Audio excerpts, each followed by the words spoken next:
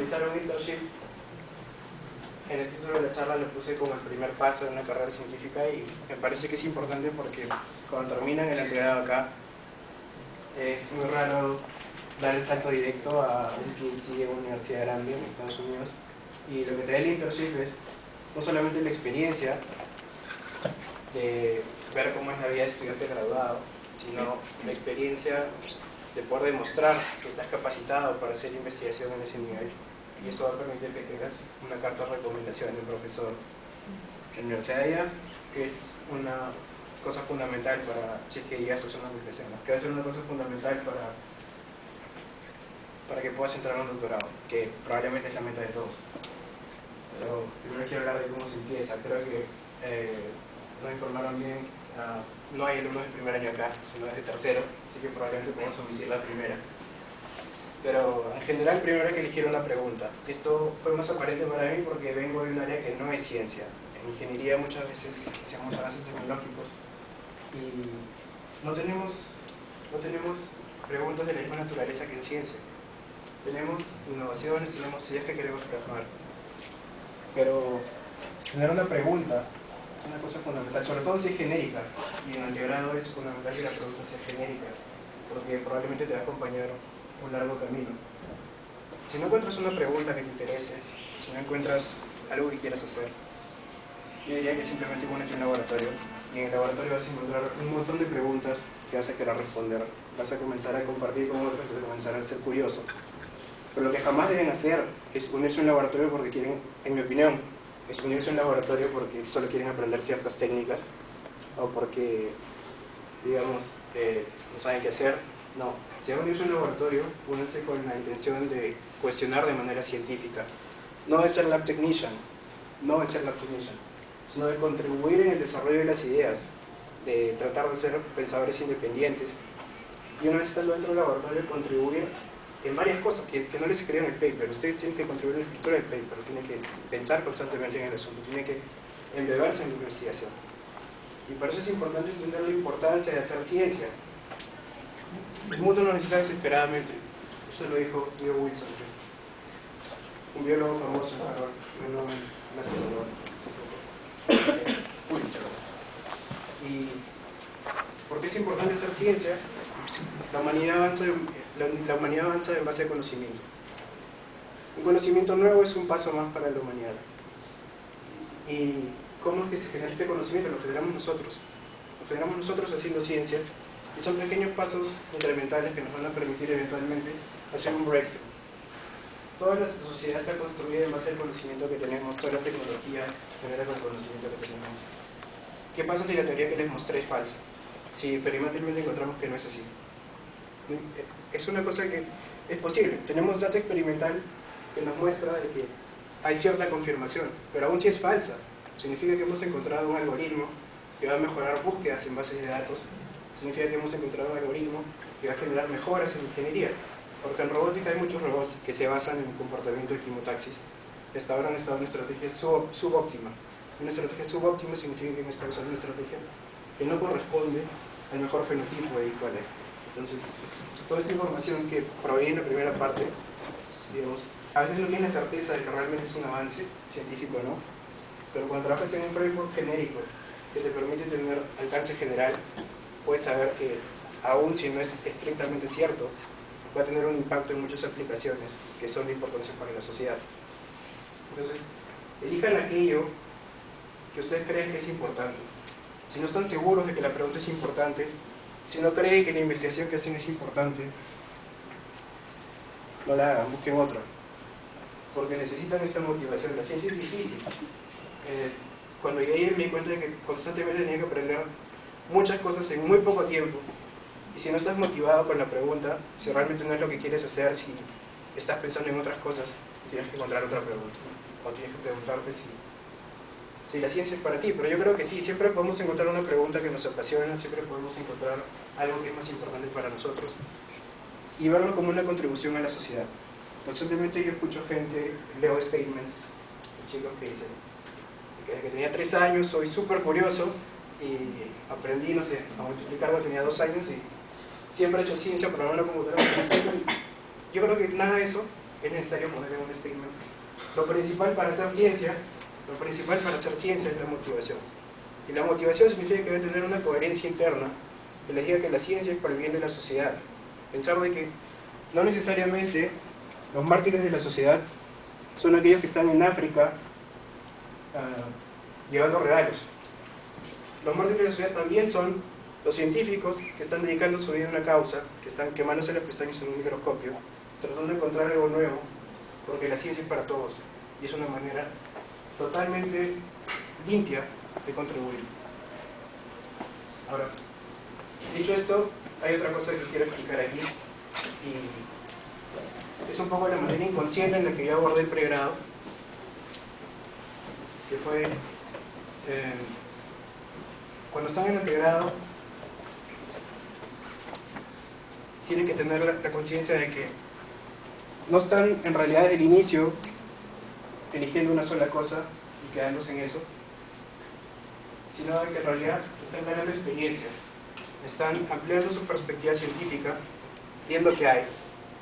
Una vez que ven qué hay y leen fuera de su área y constantemente hacen preguntas, la esperanza es que durante el programa puedan determinar qué es lo que quieren investigar durante su PhD. Y es una cosa importante porque se sorprendieron de la cantidad impresionante de gente que postula un PhD no tiene ni la menor idea de qué es lo que quiere hacer. Escriben el statement que quieren hacer, una serie de cosas. Y esos son por lo general la gente que más difícilmente entra. Pero tienes una idea de qué es lo que quieres hacer, significa que puedes hablar sobre tu ciencia y puedes comentar sobre la ciencia de otros. Probablemente estás listo. En consecuencia, en el pregrado amplíen su perspectiva y traten de buscar algo que les guste. Traten de buscar algo que les guste y que contribuya, porque cada vez necesitamos más contribución.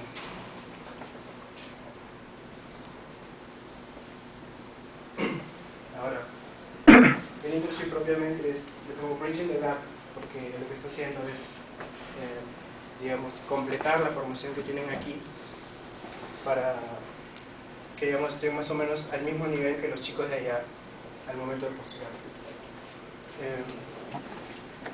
Te va a dar un sentido de cómo es la vida de estudiante graduado, y eso es importante porque los chicos allá cada verano hacen un internship. Desde el primer año de carrera hacen un internship. Y acá probablemente solo tenemos la opción de hacer uno, o quizá alguna gente tiene la opción de hacer dos. Entonces tienes que aprovecharlo al máximo, no pensar que estás yendo a Work and Travel, no pensar que estás yendo a Work and Travel. Pensar que estás yendo a aprovechar una oportunidad que puede cambiarte la vida drásticamente, y le ha pasado a muchos. Y esta oportunidad que puede cambiar la vida drásticamente, aprovecharlo no depende de ti. Que vayas al Repu, que vayas a cualquier internship, no significa que tienes el futuro asegurado, para nada. No significa en realidad nada si no lo aprovechas bien. Entonces, tener ese sentido de que vas a experimentar la vida de estudiante graduado, tienes que aprovecharlo. Si trabajas bien, dependiendo del asesor también, probablemente van a obtener una carta de recomendación una vez que hayan un internship, y esto es priceless, esto es algo que realmente determina las chances que tienen de entrar al grado, grandemente. Porque hay una gran desconfianza de gente que, como nosotros, que venimos de Perú, en Estados Unidos, a veces no confían en las cosas que sabes hacer. Pero si una persona calificada en el área, si un profesor renombrado, por lo menos bien conectado, dice que efectivamente está capacitado para hacer investigación a nivel de PhD, va a ser algo que va a incrementar tus chances drásticamente. Y lo último es lo que ya dije, probar que estás capacitado para realizar investigación a nivel doctoral. Y ahora sí, voy a hablar sobre el REPU, que es el programa con el que yo fui, y muchos chicos de Cayetano también han ido, incluso algunos también están presentes, pero de la UNI también. Y lo que ustedes deben saber es cómo se aplica, qué es lo que te ofrece, y qué cosa va a incrementar tus chances de ser admitido.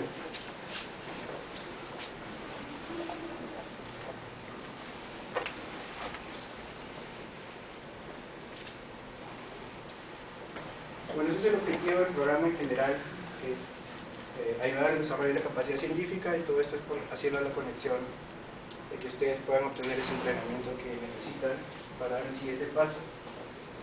Y precisamente eso es lo que está en nuestra base, que es este documento, que básicamente el REPU completa la educación de pregrado. Es lo mismo que he dicho. Es la pasantía que les va a permitir cruzar el puente. Y la otra cosa es que vamos a estar envueltos en una red. O sea, el REPU no somos gente aislada. Toda la gente, todo lo que pertenecemos al REPU lo conocemos entre nosotros. Toda la gente que pertenece al REPU constantemente tenemos iniciativas diversas para ayudar a Perú. Y si bien es cierto en un inicio esto era de carácter biológico y casi eran puros biólogos y casi todos eran probablemente cayetanos, con el tiempo esto ha ido cambiando. Y ahora hay gente como yo, que soy ingeniero de la UNI, como Pedro, que debe estar por ahí sentado en algún lugar, que es químico de la UNI, y se ha creado el NanoRepu, y estamos llevando a gente a hacer nanotecnología por Purdue. Bueno, Luis Jauregui está llevando a hacer gente a hacer nanotecnología por Purdue. Entonces eso es algo mucho más grande, y es una esperanza de que pueda ser un sistema para que cada vez más gente pueda atravesar la barrera que pone, o la diferencia que hay entre hacer un pregrado en Perú y hacer un PhD en Estados Unidos. ¿Cómo aplican? Realmente varios ya saben, pero básicamente tienen que tener un CV en inglés. Acá dice o en español, me gusta que me decir o en español, pero manden un CV en inglés. Se ve mucho mejor y la gente que lo revisa va a estar mucho más complacida de leer un CV en inglés, porque los que revisan no están acostumbrados a leer CVs en español, entonces se lee raro. ¿Ok? ¿Y cómo hacer un CV académico? Si buscan varios laboratorios en internet, en su campo van a encontrar que bastantes de los miembros de los laboratorios tienen links a páginas personales y tienen CVs. Entonces, dentro pueden encontrar un montón de ejemplos de cómo hacer un CV de acuerdo al área en la que quieren investigar. Darle un buen formato es esencial. Si lo hacen en Word, bueno, si lo hacen en LaTeX, mejor probablemente. No sé si suena el personal statement, 100 palabras, es muy corto. Si sienten que les falta espacio para explicar algo que es necesario que sepa el comité, escriban más. Porque si hay un caso particular, si hay alguna circunstancia en la cual es ajeno el comité, ellos van a querer saber y van a preferir que utilice más palabras de las que normalmente usarían para encontrar esta explicación. ¿Ok? Es un buen inglés. Es un buen inglés. Hay un montón de statements que están escritos. Ahora, pueden revisar los requisitos aquí, que son constantemente actualizados, pero no creo que vayan a cambiar desde ahora hasta que termine la convocatoria. Los documentos los envían a esta dirección web y tienen hasta 31 de julio. Si no son biólogos, ni quieren hacer nanotecnología, ni son químicos, no quieren hacer nada de esto, yo diría que igual apliquen. Porque el año pasado no existía NanoRepu, pero hubo aplicantes tan buenos de ingeniería que se hizo los contactos para que pueda haber un NanoRepu y pueda ir gente a hacer nanotecnología por mí. Entonces, eso es algo dinámico. Si la gente es buena, las oportunidades se buscan. No hay otra cosa. A fines de agosto se les dice quiénes han sido admitidos y quiénes no.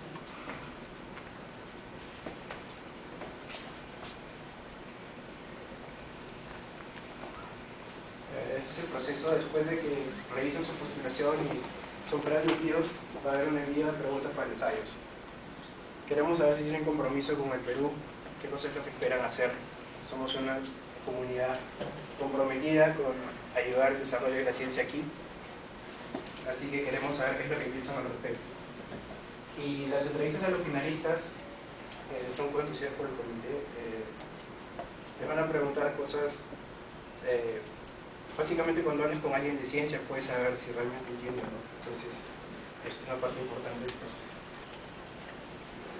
Y bueno, al final se les dirá quién es. Esto es algo nuevo. Estamos trabajando con varios compañeros. En este caso estamos empezando la red, estamos con ingenieros. Para crear una red, porque cada año el REPU lleva 5 personas, o sea 6 personas en el mundo.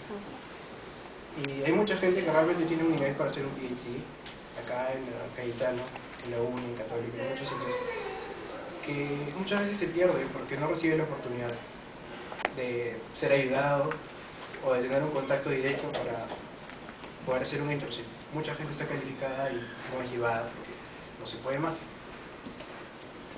Se hace todo lo posible.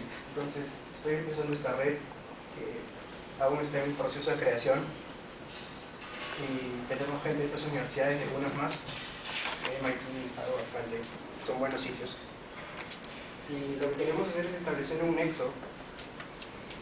Nuestra visión es cerrar el gap, cerrar la brecha que existe con la gente formada en algo bastante ciencia, tecnología, ingeniería o matemática, es decir, STEM, es un término bien popular en Estados Unidos, STEM.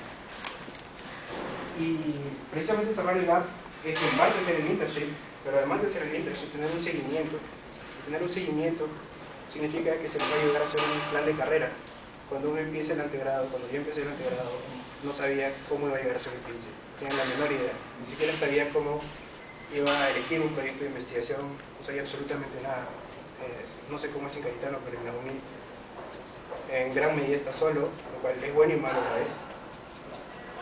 Sin embargo, lo que nosotros proponemos es que haya una conexión directa entre los estudiantes de antegrado del Perú y los estudiantes graduados peruanos en Estados Unidos. Entonces, queremos construir esta red que permita de que los mejores estudiantes peruanos de integrado puedan tener un mentor en Estados Unidos que los asesore sobre varias cosas, sobre cómo conseguir un internship, eventualmente si es posible conseguirles un internship, asesorarlos en la aplicación al PhD y en general explicarles durante el proceso, durante la carrera, cómo es que deben hacer para, digamos, tomar decisiones en ciencia sobre qué hacer y cuándo hacerlo. Creemos que esta red va a ser fructífera porque va a dar pie a que mucha gente que antes no se conocía comience a hablar de Perú otra vez, mucha gente que está allá pasa muchos años sin ni siquiera hablar del Perú. Y esto va a dar lugar a nuevas iniciativas que creemos que van a ayudar a fomentar ciencia, tecnología, ingeniería, matemática. Eso es todo. Voy a tomar preguntas sobre el REPU y si quieren saber algo más sobre la red, pero va a entrar en operación el próximo año, así que para este año solamente es información de que se está creando.